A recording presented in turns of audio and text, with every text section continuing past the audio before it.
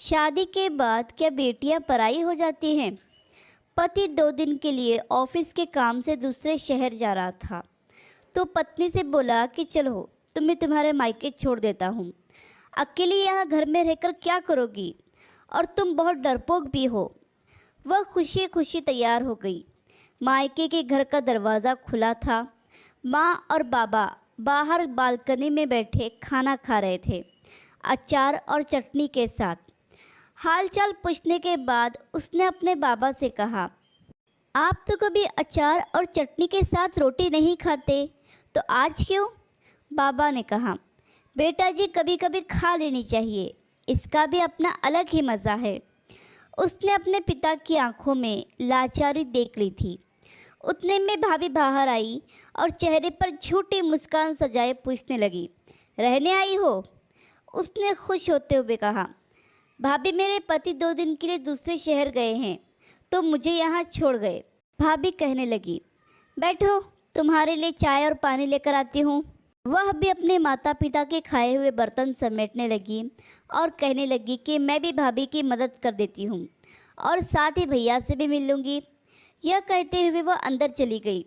बर्तन किचन में रख कर वो भाई के कमरे की ओर चल पड़ी तो उसे भाई और भाभी की बातों की आवाज़ सुनाई दी।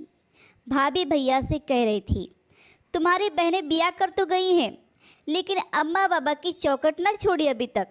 जिसका भी दिल करता है मुंह उठाकर बच्चों समेत चली आती हैं। तो भैया गुस्से से कहने लगे, तेरा क्या खाती है, यहाँ नहीं आएगी तो कहाँ जाएगी?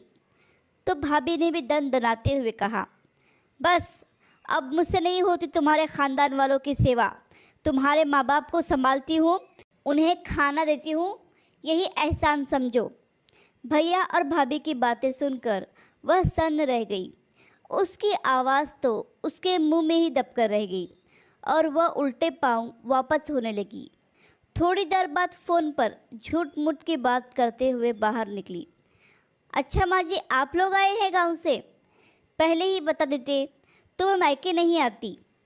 अच्छा आप परेशान ना हो, ऐसा करें आप तब तक वहाँ पड़ोस के घर में बैठे, मैं अभी आती हूँ। माँ बाबा ने देखा तो आश्चर्यचकित होकर पूछने लगे, बेटा क्या हुआ, अभी आई थी और अभी जा रही हो?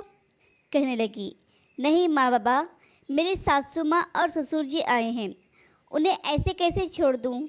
अभी जाती हूँ, फिर कभी आ जाऊँगी। आप दोनों अपना ख्याल रखिएगा। अपने आंसुओं को दबाते हुए वह अपने माता पिता से मिली और बोझल कदमों के साथ खुद को हौसला देते हुए अपने घर को वापस चली गई। उसे रात को खाने में नमक ज़्यादा लग रहा था, जबकि वह नमक उसके गले से उतरते हुए आंसुओं का था। यह सच है कि मायके माँ बाप से होते हैं, लेकिन कभी कभी उनके होते हुए भी वो बेबस होते हैं।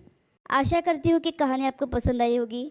कहानी पसंद आई तो लाइक, सब्सक्राइब और शेयर करें, और इस कहानी पर आपकी क्या राय है हमें कमेंट करके ज़रूर बताएं।